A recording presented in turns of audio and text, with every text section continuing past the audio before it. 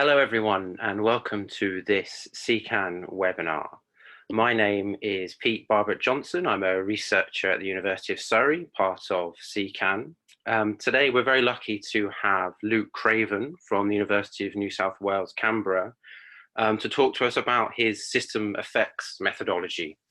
If you don't already, I would very much encourage you to follow Luke on Twitter, where he's very active talking about this approach and more generally about complexity methods. Luke is part of, I think, quite a large community of practitioners and researchers in Australia, doing a lot of work around complexity and policy and evaluation, which has been really very excellent. I know a lot of people in CECAN in the UK appreciate that work very much. Before we dive in, I'll let Luke dive into his talk. Just a few words on CECAN for those that may not be familiar. CECAN is the Centre for the Evaluation of Complexity across the Nexus. We're based in the UK across 9 universities and 5 practitioner organisations and co-funded by government. The aim of CECAN is to pioneer, test and promote innovative evaluation methods and approaches. And we've been doing that for a while now. We're in our 4th year.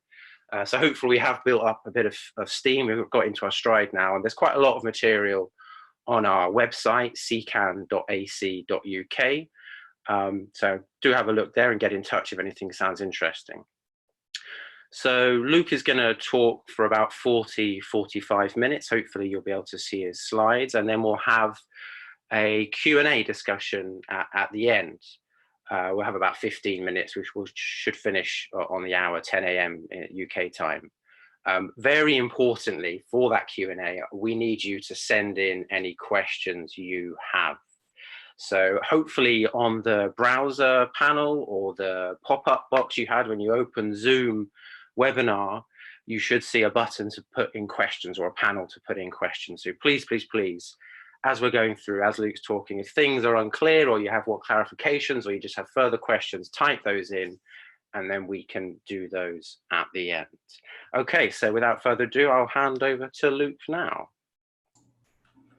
Well, thanks, Pete, and good morning, everyone. It's 6 p.m. here, so you'll have to forgive me if my brain's a little bit more fuzzy than it normally is during the morning. So what I want to do in this seminar today is talk to you about system effects. A system effects is a participatory mapping methodology that is focused on understanding and revealing the user experience of complex systems. And understanding those user experiences at scale so that decision makers are given tools to understand potential leverage points in those systems. So today what I'm going to do is try and do 3 things.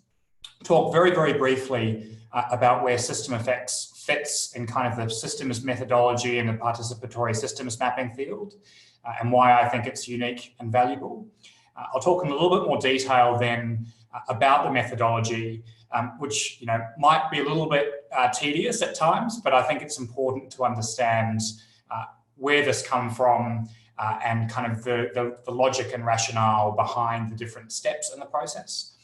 And then kind of the really whiz-bang element of today's webinar will be the third part, which is kind of a reveal on a software platform that we've been working on that automates a great deal of the data collection, analysis and visualization that comes out of the methodology. And I'll step you through kind of a number of worked examples of what that looks like and how you might be able to use it in some of your own work.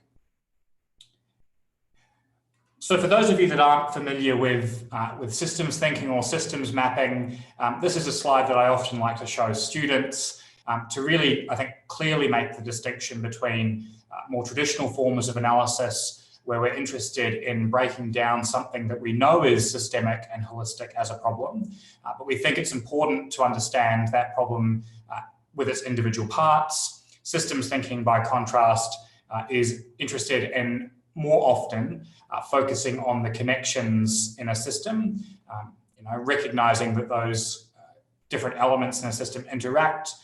They're codependent, interactive, and it's those interactions which produce the behavior of the system.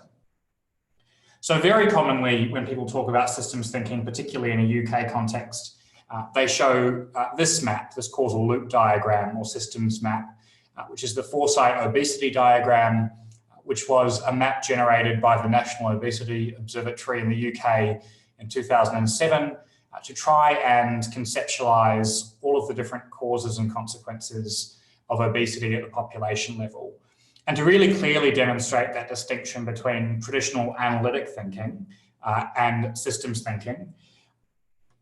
I think if we zoomed in, where I've just popped that yellow circle up on the screen, you'll see that, if we were to focus and zoom right in on those two factors and try and understand the prevalence at the population level, what we might think the kind of determining factors of those individual barriers or causes of obesity might be, we could design a whole bunch of programs to try and address some of those challenges. But we would do that in a way that was blind to the rest of the dynamics of the system. So advocates of systems thinking would say, all right, we know that the system operates in this way. So in order to think about designing responses to those challenges, it's instead important to draw the boundary of our analysis at that point. So that's the clear distinction between analytic thinking and systems thinking. And this is a really good example of what we often see in the systems methodology space, which is a systems diagram or a causal loop diagram that tries to paint a picture of all of these dynamics at the community level or at the population level. But when I started thinking about systems methodology, I had two really major frustrations with maps like the foresight obesity map. And those two problems are these two. So the first is that a map like that tends to ignore individual variation and experience, right? It assumes that for every overweight or obese individual in a community or in a population, that their map looks exactly the same as that one. And the evidence tells us that that's simply not true. So there is a variation in how outcomes are experienced by individuals. There's a huge array of different pathways that interact across a population to shared outcomes, whether that's housing, food access, obesity, employment, whatever your shared outcome is. At the individual level, there's a whole bunch of variation to how people get there. The second problem with maps like the foresight obesity map is it tends to assume that all parts of the system are of equal importance. And again, intuitively, and I think the evidence shows as well, that we simply know that not to be true. So one of the challenges that I've been playing with in my work in systems methodology is how can we do participatory systems mapping with community members in a way that helps us address both of these challenges. And that's where system effects comes in. In terms of what system effects can do in addressing those challenges, and before I kind of get into the minutiae of what it looks like, we've kind of used it to date to answer three kinds of question. So that you'll see those questions up there on the screen, but to very briefly run you through them. The first is kind of thinking about how we can design programs and policies that most effectively address the structure of complex systems, particularly given the diversity of individual experience. And again, that's important for me. One of the things I often say when I describe this methodology is it kind of is a bridge between design thinking or user-centered design, human-centered design, and systems methodologies, because it's always starting from the individual experience of a problem, whether that's obesity, homelessness, or family violence. The second category of thing it can often be used to do is guide the implementation of particular policies and programs, recognizing that there are often barriers that we know, or systemic barriers, to intervening in systems effectively. And then we've also started to use it more recently to think about how we evaluate the systemic impact of policies and programs. Often evaluation asks questions like, has the program achieved its goal? How much? Let's measure some of those outcomes. I think, the hardcore complexity theorists would say that's kind of the wrong question to ask. The right question to ask is instead, how has the system changed? And how can we measure the change in the systemic dynamics over time as we intervene and try and shift the underlying patterns in that system? This is just a really quick visual map of some of the places that system effects has been used to date. And really, 5 examples that I think show the real breadth and malleability of the approach in different contexts. So, we've used it to understand the barriers to job market entry and long-term unemployed in Norway. We've used it in the UK to work with social workers who are ostensibly trying to deliver a systemic model of care, not only in homelessness, but also in family violence and child neglect. I've been doing some work more recently in Cambodia, where we've been exploring how we can use the approach to support the design and implementation of policies to prevent foodborne disease and also mosquito-borne illness. So that's a real front-end crash course in what and why is system effects and why is it useful. What I want to do next is kind of now really step you through the boring stuff of what is system effects and how does it work with users and how can it work with individuals to understand their experience of a particular complex problem. So system effects draws on kind of 3 main areas of methodology.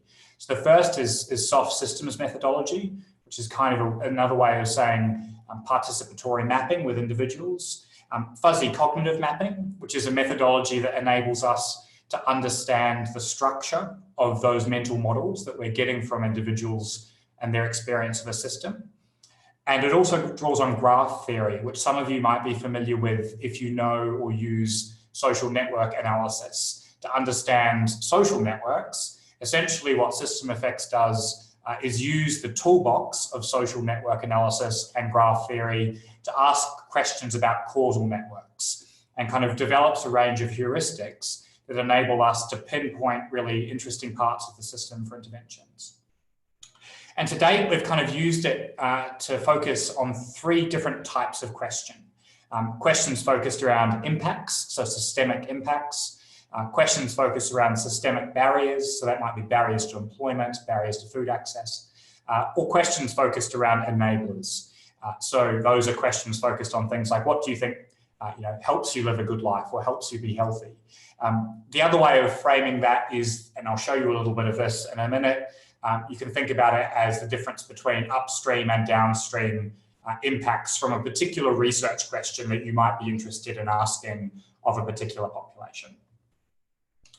At the same time, what I'm really interested in, as you might have guessed by now, is doing this work with communities and individuals to really understand deeply the lived experience and be quite attentive to those qualitative methodologies that tell us it's really important to gather narrative, understand things from people's perspectives. I think it's important to do that while at the same time giving decision makers tools to understand where and how to intervene in systems. I've done a lot of work with policymakers over the course of the last decade. And while there might be the best of intentions around engaging with lived experience and qualitative data, most often the reality is, unless there's a way to quantify elements of that data, it will be subjugated to other forms of evidence. And so one of the things that I've been really trying to work on in all of my work, but particularly in system effects, is how we balance this focus on lived experience with a focus on group level data. And so in this table, I've kind of, set out 3 distinctions between, I think, data that tends to focus on lived experience and those that focus on group level data. And what system effects essentially tries to do is walk that tightrope.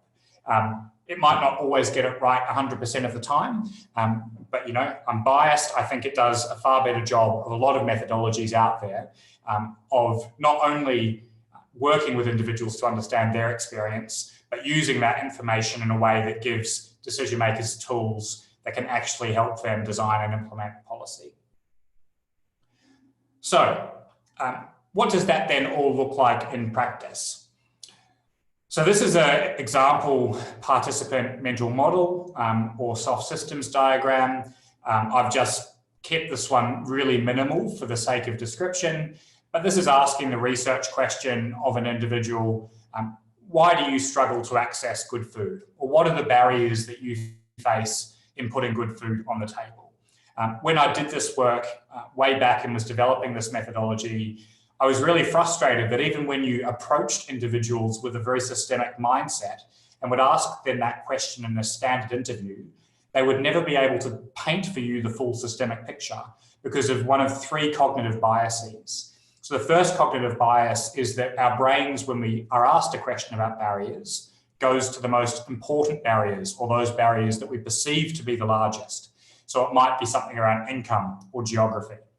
The second bias is a temporal bias. So we're most likely to remember those barriers that stopped us from accessing food yesterday. So it might be something about a surprise medical expense. It might have been Sunday and public transport was inadequate. It might have been that their car broke down. One of those kind of things.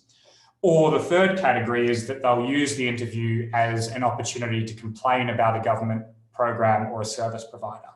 But time and time again in interview settings, if you ask people for barriers or enablers or impacts, they're going to give you some factors that fall into one of three of those categories. And they're very bad in general at giving you an array of factors, which is of course what we're interested in if we're interested in understanding the deeper systemic drivers. So here you've got a truncated map where we've got 5 factors on the page, and we've also got 5 connections between them. We can collect this data using the System Effects software for as many participants as we want, from between 1 to 4,000, and the sky's the limit. But you and I could all sit around a table and look at this different data and say, well, there's a lot of similarities between the different maps that we've generated from individuals, but there are also a lot of differences, and that's not a particularly useful finding. So what System Effects does is analyze these participant maps in a mathematical way using fuzzy cognitive logic. So a map like this has a mathematical structure like this, and this is called an adjacency matrix. And you don't have to be too worried about it. It's just to demonstrate the concept. You've got all of the factors down there in the first row, the first column rather, all of the factors along in the first row, and the ones and zeros simply represent a binary relationship. So if there's a 1 in this cell here that is connecting good food is expensive to food insecurity, that simply means that in this map, there was one of those arrows present. And if there's a 0, that there was none of those arrows present. So the important thing then is that the software enables us to layer these individual maps to build a picture of the community experience and their complexity. And that's kind of what this looks like. So we can take a whole bunch of individual maps, we can aggregate them, and I'll talk a little bit about the process of aggregation. And then what comes out the other end is a population level map, which we can then analyze using an array of statistics to identify key points of intervention. So just quickly before I talk about the software, I think it's important to understand the rationale behind layering, what it involves and why. So the first kind of layering is the fact that people use different language to refer to the same concept. And we need to code, just like standard qualitative coding, across a group of maps so that they all use the same language, which enables us to aggregate them. And then the second kind of coding is a conceptual coding. And I'll explain that in a little bit more detail. All of this is now fundamentally much easier with the software, where coding is just basically done on a drag and drop basis and uses a machine learning algorithm as well. We used to do this manually, and it used to take a lot more time. The software probably cuts out about 95% of the time input. So linguistic coding, really quickly. So if you look at this table, we've got 3 participants, A, B, and C. All of them have said something slightly different about unhealthy food advertising on their map. One said unhealthy food advertising, one has said lots of junk food ads, and another is referred to junk food jingles or marketing campaigns. And in this particular example, we've said, well, all of those essentially mean unhealthy food advertising, and it's standard qualitative coding. We're grouping those factors on the map together. In conceptual coding, that can take 2 forms. So the first is where we're condensing two factors together. So in this example, we've got someone talking about food purchases, that their children want unhealthy food as a cause of their food purchasing decisions. And when asked why their children want unhealthy food, they've said, well, unhealthy food advertising and also that kids shows promote unhealthy eating. And in this particular example, the person doing the coding has said, well, we actually don't need to know that thing about kids shows for sake of argument. We can collapse those two together. The other way to think about that is this example, which is the scoping of unessential data. So the participant here has said, you know, the reason for my food purchasing decisions is I have a lack of time. Asked why they have a lack of time, they've said they're busy at work. And in coding that data, we've scoped down busy at work to lack of time. And that's really all that the coding process involves: linguistic coding, conceptual coding. And what that enables us to do is do that layering of maps to build a map that looks something like this. And so here's an example of a map that was doing some work with 61 food insecure individuals in the west of Sydney in Australia. We asked them, you know, what were the barriers to them putting good food on a table? What you see here is all of the factors identified across that sample. So if one person identifies something, it's present. If one person makes a connection, it's present. But what you can start to see here is, in this particular visualization, the strength of particular connections based on how many people in a sample have identified it is represented by the width of those different arrows and the depth of red. And so we can see variation, but we can also see patterns. This has two functions. The first function is to put in front of decision makers so that they can simply realize that the problem is systemic. I think that's one of the first major challenges in this kind of work. People are so locked into an analytic way of thinking that it's important to show them this kind of representation so that they can understand that it is in fact a systems problem. The difference between this map, though, and the foresight map that I showed you at the beginning of this presentation is that this map has a mathematical structure that enables us to ask really interesting questions about what are the most important leverage points in this system. And I'm going to show you more of that when I actually get to the software, but to kind of explain that to you really briefly in one more slide before we get to the live demo. You can think about different metrics in those systems. Again, for those of you familiar with social network analysis, you'll be familiar with some of this. But by putting these causal networks, and they're weighted causal networks based on the number of people that have identified particular connections, we're able to pinpoint prominent effects in the network, prominent causes in the network, and also factors in the network that are both prominent causes and prominent effects. So measures of betweenness, or things that are mediators or are driving feedback through the network in different systems language. And the important thing here as well is, if you think about looking at this first diagram, the n degree, you can see that that factor in the middle of the page has a n degree of 6.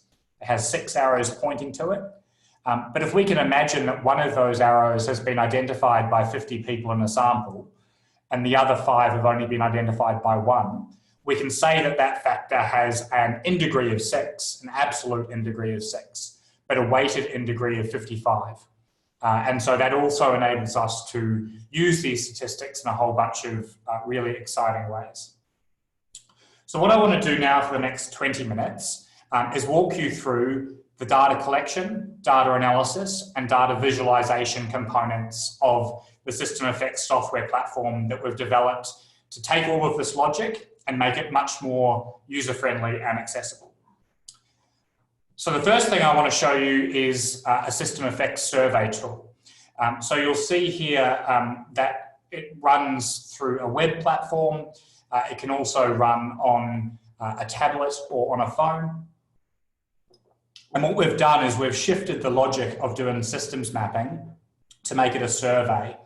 And so this is an example map that's asking about the barriers to food insecurity, or barriers to food access, or the causes of food insecurity.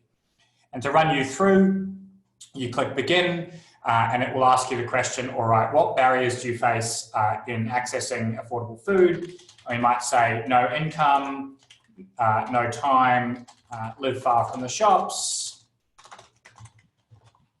And you can add as many factors as you like here or remove them. We can click next, and it brings up another screen which says, all right, well, what are the things that cause those barriers to exist? And so you might say, all right, well, no income because I lack a job, a cost of living, rental expenses, etc. No time because I have a large family and I'm working 2 jobs. And I live far from the shops because of rental expenses. And also I have a large family, perhaps again, so that forces me to live out in the suburbs. And again, that's totally malleable. People can add as many factors as they like between them. But what the logic of the survey enables us to do when we click through is to then auto-generate a systems map based on that input data. So in this final screen, people are then able to review these connections and add any missing connections that they might like to add. And so, for instance, here, we might want to make a connection between a large family and rental expenses. We can also add bi-directional arrows. So if we think, we know from the research literature that food insecurity actually is a cause of low income as well. And the fact that the cost of living might also be a reason why this person needs to work 2 jobs. So we can add those arrows in there, and suddenly we have quite a really interesting and nuanced systemic picture of this particular person's barriers to food access. We can click through, and we've also added a screen in here so that people can add in information, sort of a qualitative story. For those people that are using this in a facilitated setting, so rather than sending this out to participants, they're doing it as kind of an interview where an interviewer is filling out this information for a participant. We now have an option that will come out in the next release where it can be an audio recording as well.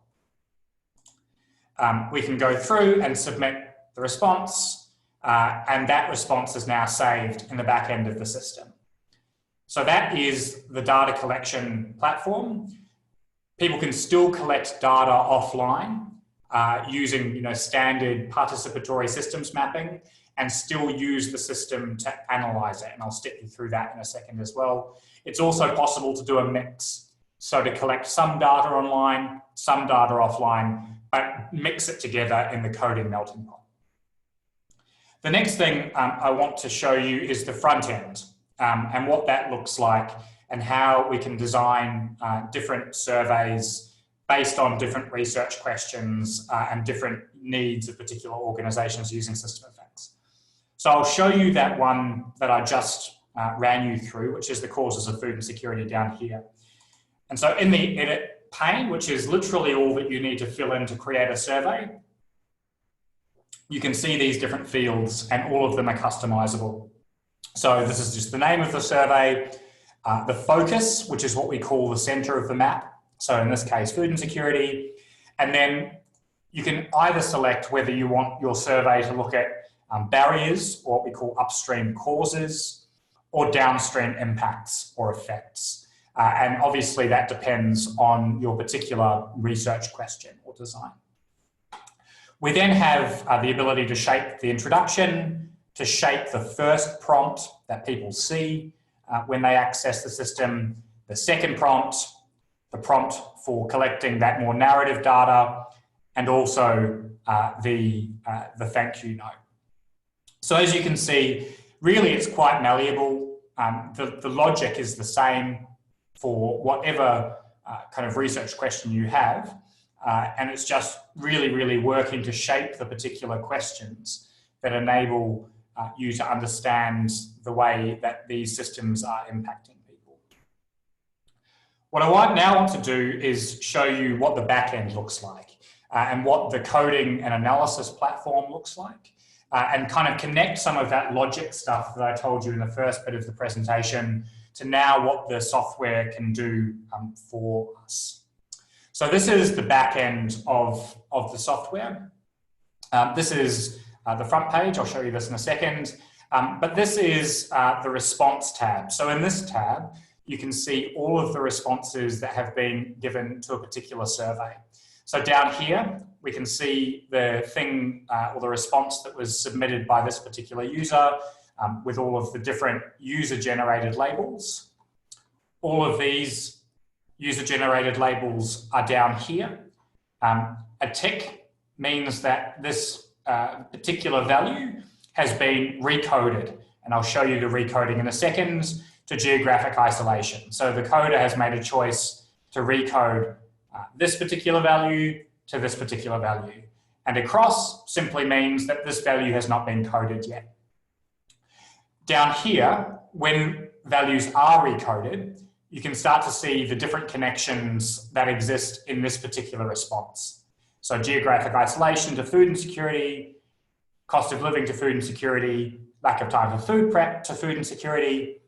And then up here, the system automatically generates an adjacency matrix based on the recoded values. And you can think of this as a little bit of a progress bar as well. So when we come back and I've done some more recoding, you'll be able to see that with all of these ticked, this starts to look a lot more complex. This is an email response for, people can add in their emails if they want. This is the story response. And up here, you can either download the original response in comma-separated value format, the translated response or the translated matrix, which looks a lot like this, or the master matrix, which is the translated matrix, but with all the values that were listed across an entire sample. Or if you decide that you want to ignore this response, you can ignore it and it takes it out of the coding system. The final thing to know about this particular screen is that we can add in tags for this particular response. So we could say that this particular response is male and it's a person from Birmingham. And you can add free text tags in for every response, or they can be programmed to auto-generate from a survey or a demographic survey at the start. And I'll show you later in the demonstration that we're able then to, in real time, aggregate these maps based on the constellation of particular demographic characteristics. So just to show you that, you can have another map and some of these values are coded, some of them aren't, etc. As I mentioned, one of the things that we can do is do an online and an offline exercise, or you can also just use the platform for just coding rather than collecting the data. And not that this will really mean anything to you without seeing it in full, but this is a CSV that I have just dragged in, which is some data that I've collected offline. I just need to drag and drop it to the system and it's successfully imported there. So you can see the CECAN example spreadsheet has imported. And if I scroll down to that example import response 37, I don't have a visualization because it hasn't been generated through the system, but I do have all of these factors that this particular person offline has said are important for their barriers, and that will just be coded in the same way. All right, so that's the response tab. The next thing I want to show you is the coding software, so the coding tab. So here, you can see I've started to do some of this coding. So what we have in this screen is all of the factors that have been identified by a sample exist down here. You can scroll and scroll and scroll and scroll, and we've got 37 responses in this particular sample so far, so there are a lot of values. Up here, you have your master values. So these are the values that you want to have be the final values when you look at your systems map, and you're recoding the diversity of language and concepts that people have used to express their own experience to these master values in order to aggregate the map successfully. And so you can see that I've done some of that here. I could also, for an example, drag this one here, there are no jobs available, and add that in. It's also, you can manually do that coding yourself, but we've also built in a machine learning algorithm which makes this process much faster. I like to call the machine learning algorithm the magic lightning bolt.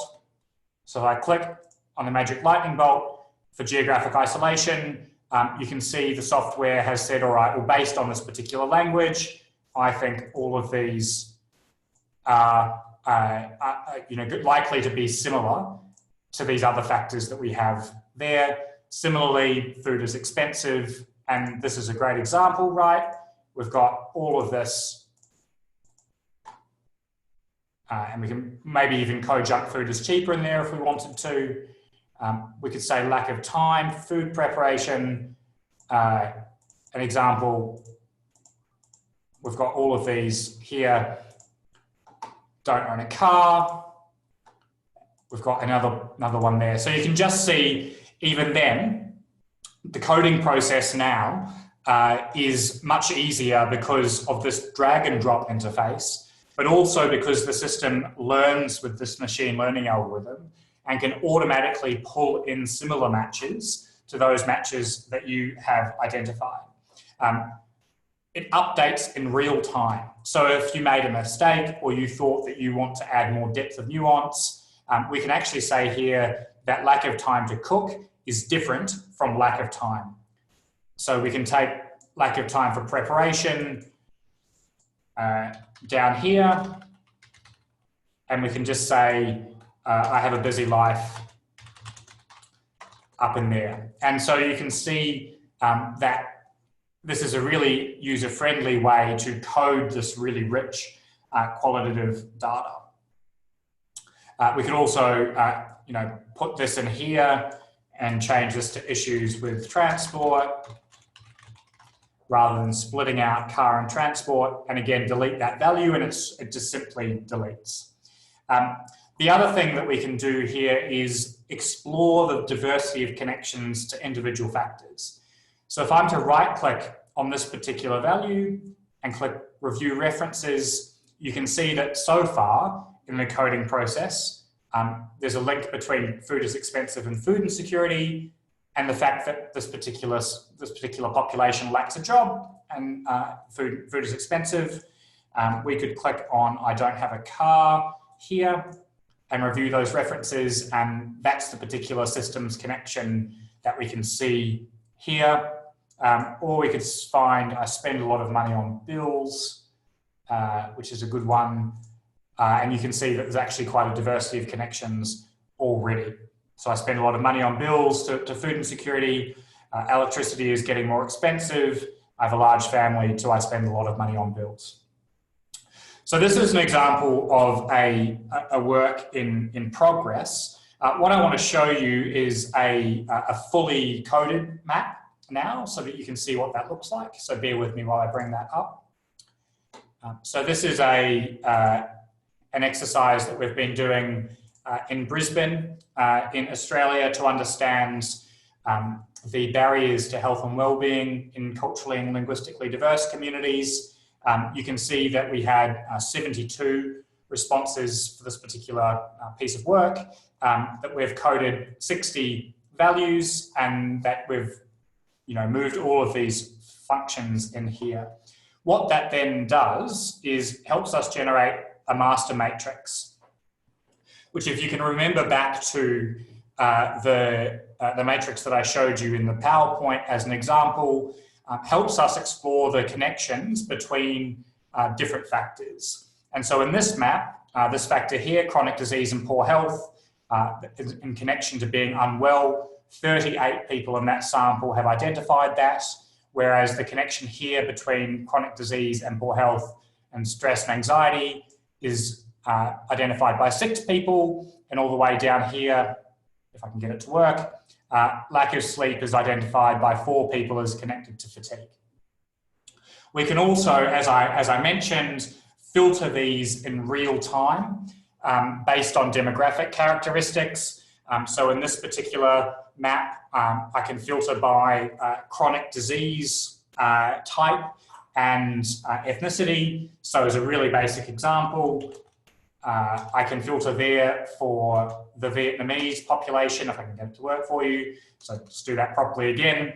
So there's the full map, and there's the aggregate matrix for the Vietnamese community. I can then also zoom in further and ask what the map for the Vietnamese community, those members of it who suffer from cardiovascular disease, suffer from, and it zooms in again. I can do it at another scale and look at the Arabic community. And you can obviously see that those matrices are different. Down here, you can download these individual matrices and explore their dynamics in a systems mapping or social network analysis software like Gephi, where you can do a whole bunch of really cool visualization and data work. Or you can download what's known as a Kumu blueprint. For those of you that know the Kumu software, you can also do some neat visualization and analysis in that. We do have some analysis currently built into the platform, which I'll show you. And in the next release, we're hoping to build in some of these systems visualizations and kind of metrics. The reason we don't have that at the moment is because people tend to have their own requirements about the way that they want to visualize that. And in all the testing that we did, people wanted different things. So we thought it was easiest just to let them do their own thing. But what we have done in the analytics is generate plots like this. And what this does is it ranks from the 60 connections all the way down to from 60 to 0 in terms of descending rank, factors on out degree on this particular axis, on in degree on this particular axis, and then by a measure known as page rank, which is one of those measures of betweenness. So page rank helps us identify factors in the network that are potential points of feedback. They are sort of driving the dynamics in the network.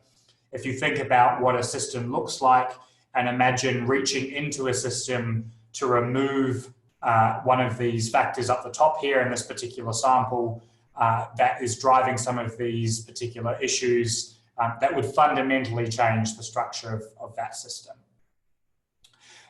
Just to really quickly show you another one of these plots from a different context.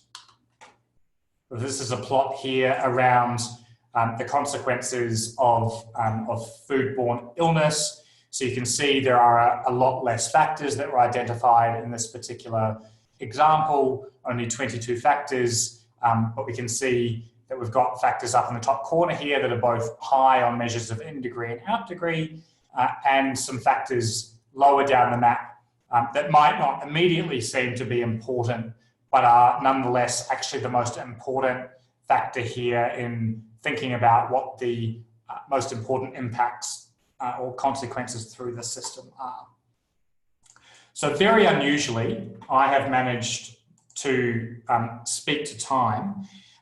So what does all of this mean? How can you use this software? What are the different ways of using it? Again, as I said to you, it can be used to explore any user-driven question that focuses on barriers, impacts, or enablers. Because of the effort that has gone into designing this particular piece of software, which has taken us a very long time, we are charging for use of the platform. The model that we landed on for the best way to do this is to charge per survey. So each survey, and these prices are in US dollar, by the way, costs $700. And that's from data collection all the way to data analysis and visualization for a single dimension, but with an unlimited number of responses. So you could be doing as many as 5,000 responses or as little as 20. And you could also not, if you wanted to, just be using the platform for data analysis and visualization. If you were interested in also collecting that data offline, I'm more than happy. In fact, I would love to have conversations with people about how they think that they could use this in their own context. Again, this might seem like a significant cost barrier, but I know that there are some people on the call or on the webinar that I've had earlier conversations with turning system effects into a research project for them. And in previous instantiations of doing this as a research project, normally it's cost more than $10,000 or Australian dollars. So again, this radically reduces the financial cost of doing this work, but also increases or decreases the amount of time as well that has to go into coding and analysis and data collection when it's all in a self-contained platform. So more than happy to answer questions now in the 15 minutes that we have. And please do, you can send me any questions that you have. You can also send any hate mail, fan mail, etc., or tweet at me. I always love having a good conversation on Twitter about this and other systems methodology issues. So with that, Pete, I'll hand back to you as the Q&A master. Brilliant, thank you, Luke. And I really enjoyed the talk. Obviously, I'd heard a bit about system effects before, but I think you did a really good job of laying out the really quite impressive work you've done in developing that methodology and the thinking that underlies it, but then also this very impressive piece of software which really makes this work accessible and user-friendly, and really, really impressive. Thank you for that. The questions have been flooding in, I'm pleased to say. I haven't had to think of some myself, so I've got a few already through. I think probably depending on how long Luke takes to answer each one or how much we get into a debate about things, we can have them all. So please do send through your questions now if you've got them. I'll go through them just in the order they came through. So yeah, to kick us off, I've got a question here about the coding. The question asker says, but with the two types of coding, ultimately you are deciding which factors get arrows drawn between them, or do the participants answering the questions decide what nodes get connected to what? So the answer to that is, well, you're recoding an original participant map. So even though you are taking participant values and recoding them, the values that you end up with in that matrix are values or are connections that have come from the original map. You've just recoded them for language and concept. So it's a bit of a yes and a no answer in respect of the only way to make sense of these individual maps at scale is to do this process of recoding. That does mean if you were to redraw a participant map, and we can, you can do that. So you can look at the way that the maps look when they've been recoded at the individual level versus an uncoded map. And they still, they still have the same structure. They've still got a central node, or they've still got a focus, and they've still got this diversity of connections and nodes around them. We are doing some work at the moment in developing some metrics to explore the coding process and how much the coding process changes the structure of those maps and the extent to which different recoding processes have more rigor than others. But ultimately, the structure of the recoded map is very, very similar to what you get when you look at the original map. Thanks, Luke. Yeah, I think for me, I guess it's there'll always be a little bit of potential for bias there, and it's just being aware and managing that. And the next question I've got here is actually very similar, related in one way, where the question asker says, they notice in the survey operation that previously used answers come up. Could that introduce bias? So it's only the previously used answers from that particular user. So the autofill function only brings up things that people have previously identified. It probably could introduce a little bit of bias, but what we're trying to do is balance that against making it user-friendly. And because if you think about what those two questions essentially do and what the system does when it analyzes responses to those two questions is create a causal tree. And then in that third step, people are connecting the different branches of that tree. What the autofill is designed to do is do some of that branch connecting in the second step to make the process go a little bit faster. In a lot of the testing that we've done, and we've done about 6 exercises with this from data collection to analysis using the full platform. People have still, even though there have been responses that have been quite similar to ones that they've previously entered, so you might think that they would reach for that autofill answer, have still added in a degree of extra detail. So you might always get that little bit of bias, but again, it's a trade-off with trying to make the system as user-friendly as possible. Yeah, I guess it's the same kind of things apply as with any data collection method. Is you have users, if they want, they can just fly through, tick, tick, tick, just do something really quickly, or you can have people who are more engaged, or you can have the researcher there next to a participant doing it together, and there'll be different levels of engagement, and those kind of issues apply to all data collection methods, I guess. Okay, we have another question here. It's like changing tack a bit, thinking a bit more about how we use this methodology.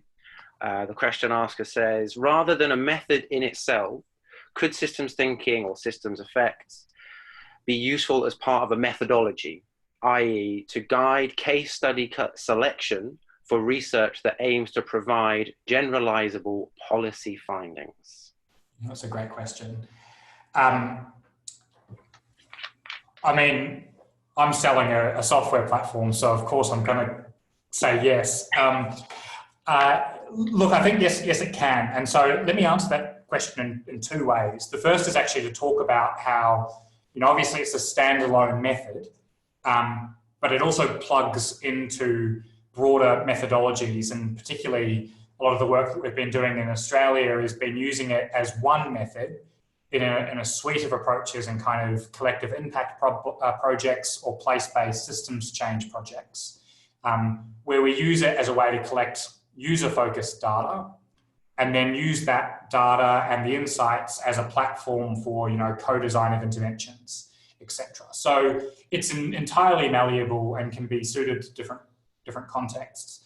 If you strip out all the bullshit, really the question it's focused on is, what is the lived experience of a complex system, and how can we understand that lived experience at scale? And within those very broad parameters, and even the different use cases that I've shown you here, it's clearly able to be used in different places. In regards to case selection, that's a really interesting question. And it probably, I'll use this example of what we've been doing in Brisbane to look at the barriers to health and well-being in culturally and linguistically diverse communities. So one of the things that we've found in doing this work is that the systems of barriers across users with respect to disease category, asthma, diabetes, cardiovascular disease, don't differ at all. Those barriers look almost the same, where however you slice it based on disease. They look fundamentally different if you look at them by ethnicity. And that won't come as a shock to people that are doing work in community-based change, but it suggests that if we're trying to understand barriers to health and well-being and select case studies for that particular research question, it's more important to select cases that have a diversity of social factors and ethnic factors than it is to choose cases that are disease-driven, for example. So I think there are a whole bunch of ways that it could be used to think about most different and most similar case design and things like that. Yeah. That's a really useful specific example. We've bumped into this issue a few times in CECAN ourselves, where you're trying to articulate the value of an approach or a specific method, and people, the answer is always a kind of, well, you can use it for almost anything. It's a real general purpose type of tool. It helps us understand the system, and then I see that as a strength. But then to people who want to use it on the ground in their day-to-day work, that can be a bit of too much of a fluffy, diffuse answer, saying, well, but actually I need to know the specifics, and that then becomes walking down that path together becomes a slower thing, a more difficult thing to crystallize and make clear. Yeah, I mean, the other thing, and I think this is an impulse that has come out of you know, a desire in the policy world for the next best shiny new thing that solves all of our problems. I like to say when I give presentations about system effects, it's not magic, right? It does nothing magic. It's just a methodology for understanding the lived experience of complex systems. It's one piece of evidence and one piece of data that has to go into a broader sense-making process about the particular context or issue that you're working in. Yeah, I often think with tools like this, there's a sweet spot of you want something to look sophisticated enough and feel clever enough that people give it legitimacy and credibility, but you don't want it to look so slick that people think it is a magic tool that and it becomes finding that sweet spot where you have the credibility, but people they get past the point where they could ever question it or say this is actually a load of nonsense. You want people to be in that sweet spot in the middle where they can question, but they have enough trust to use and run with something. That's right. Let's keep going. We've got lots more questions. So another one here says, I understand how the methodology captures the potential barriers to a given problem. However, thinking about my line of work, which is homelessness, which is moving towards a strengths-based approach to support, is there any way to also highlight potential positive enablers which could be explored in more detail? And then they clarify, I'm thinking particularly where strengths exist within communities at a grassroots level, which may not be apparent to policymakers. So yeah, identifying positive enablers as well as the barriers. Yeah, so absolutely. And let me just see if I can bring up. So I showed you this question about barriers to health and wellbeing in this particular community in Brisbane. We also did a exercise around enablers. So thinking about the strengths that exist in the community, and you can see all of these down here. For instance, good relationships, feeling safe, Australian citizenship and belonging. It really is all about framing the questions. So for this particular exercise, it was really focused on what enables you to live a good life. And then, what are the causes of those factors that enable you to live well? I'm a social scientist by background. I believe questions are really important. I think 60% of the work of this methodology is thinking about the right questions to ask your particular group to get the information that you're interested in. But 100% it can be used to explore enablers or strengths within a community and then go through the exact same process of layering them. Okay. I'm conscious of time. I think we've got about 3 minutes left and a whole bunch of questions. I'm going to try and fire at you some that I think can have quick answers, and I would sort of try and nudge you to give nice snappy answers so we can get through more questions. First one here, you mentioned people's biases in the way they answer questions, thinking about short-term or most recent things, most obvious things. How does the method overcome these? Yeah, so simply by visually mapping it out. There's a cognitive barrier when we're thinking about answering questions orally and in an interview setting. So if people are given and anyone that's done a systems mapping exercise with anyone before will know that simply giving people a texter and an A3 sheet of paper is a window to a whole bunch of really new information. Yeah. And so the survey and the responses that we've garnered so far show that asking people to list these factors in two steps, and then kind of the third step of connecting those branches has a similar effect of getting around those biases. Cool. Another hopefully quick one here. What sort of sample size or number of responses do you think you need to have robust or valid outcomes results? Yeah, that's a great question too. So for the vast majority of exercises that we've done so far, the sample size has landed somewhere between 40 and 100. Between 75 and 100, we don't seem to see any really interesting change in the structure of the aggregate network, in the way that network functions and in the kind of statistics it gives us. This is an entirely new frontier though, so one of the really interesting research questions is what saturation looks like. The sample size question really needs to be asked in combination with the question of if you want to look at the aggregate level and if you want to drill down by demographic as well. So if you wanted to ask an aggregate question, say of 50 people, but then analyze that by male and female, where you have two smaller subsamples of 25 each, those smaller subsamples probably aren't statistically representative. So you probably want to build up your sample size or your minimum sample size from the minimum unit that you want to get to in demographic filtering. Brilliant. Okay, well, we've now come to 10 o'clock UK time. I'm going to be strict with the times. I know people will have to shoot off to other things. So thank you very much, Luke. Everyone on the webinar, this will be recorded. It has been recorded. It will go up on the website. We will also look into getting the questions that were sent through and haven't been answered. We'll get those through to Luke, and hopefully they can be answered offline. And so, yeah, just leaves me to thank you very much, Luke, and thank you very much, everyone who joined. I hope you found it useful. I thought it was really good. Thanks a lot, everyone. Bye-bye. Cheers.